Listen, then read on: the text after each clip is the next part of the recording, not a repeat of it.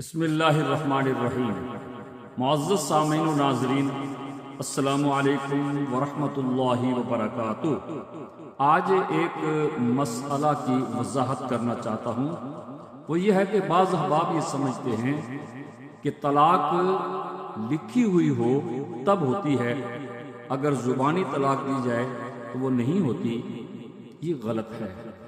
طلاق آپ لکھ کر دیں یا زبانی دیں یا آج کل کے دور میں SMS موبائل پر میسیجز کے ذریعے دیں، طلاق واقع ہو جائے گی۔ ایک دیں گے ایک ہو جائے گی، دو دیں گے دو ہو جائیں گی، تین دیں گے تین ہو جائیں گے۔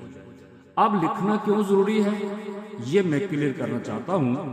وہ یہ ہے کہ طلاق تو ہو گئی، اب وہ لڑکی جس کو طلاق دی گئی ہے وہ دوبارہ شادی کرنا چاہتی ہے، نکاح کرنا چاہتی ہے، تو جس امام صاحب نے نکاح پڑھانا ہے وہ پوچھتے ہیں کہ اس لڑکی کی، اس عورت کی شادی پہلی ہے یا دوسری؟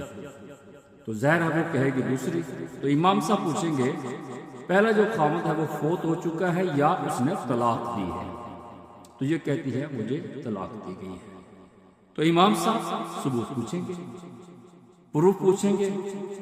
اب یہاں وہ لکھا ہوا کام آئے گا، یا تو وٹنسز گواہان موجود ہوں جو یہ کہیں کہ ہمارے سامنے طلاق دی گئی ہے، کم چانس ہوتا ہے، تو اس موقع پر وہ لکھا ہوا کام آتا ہے۔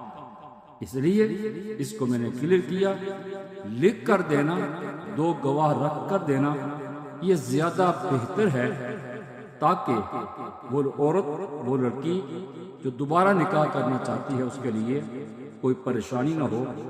امام صاحب اس ثبوت کو دیکھ کر اس کا نکاح پڑھا دیں۔ ایک تو مسئلہ یہ ہے۔ دوسرا مسئلہ یہ ہے، بعض لوگ کیا کرتے ہیں کہ یہاں کورٹ میرج ہوتا ہے، شادی رجسٹر ہوتی ہے، تو کورٹ میں کیس چل رہا ہے، ابھی اس کو کلیئر نہیں کیا گیا، اسلامی طلاق خاوند اپنی بیوی کو دے دیتا ہے۔ وہ عورت آ کے کہتی ہے مجھے اسلامی طلاق ہو چکی ہے، میرا نکاح دوسرے بندے سے پڑھایا جائے، کیونکہ اسلامی طور پر میں اس کی بیوی نہیں ہوں۔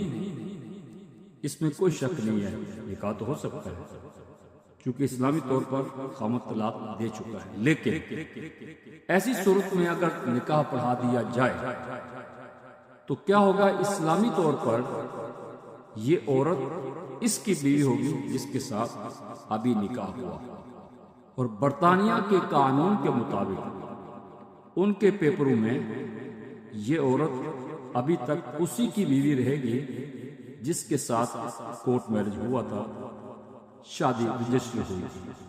اس لیے میرا مشورہ یہ ہے کہ بہتر یہ ہے کہ جو انگلش کورٹ ہے وہاں سے بھی کلیئر ہو جائے تو پھر آپ نکاح کریں، کیونکہ ایک عورت اسلامی طور پر اس نئے خاوند کی بیوی اور انگلش پیپروں میں پہلے خاوند کی بیوی غیر مناسب۔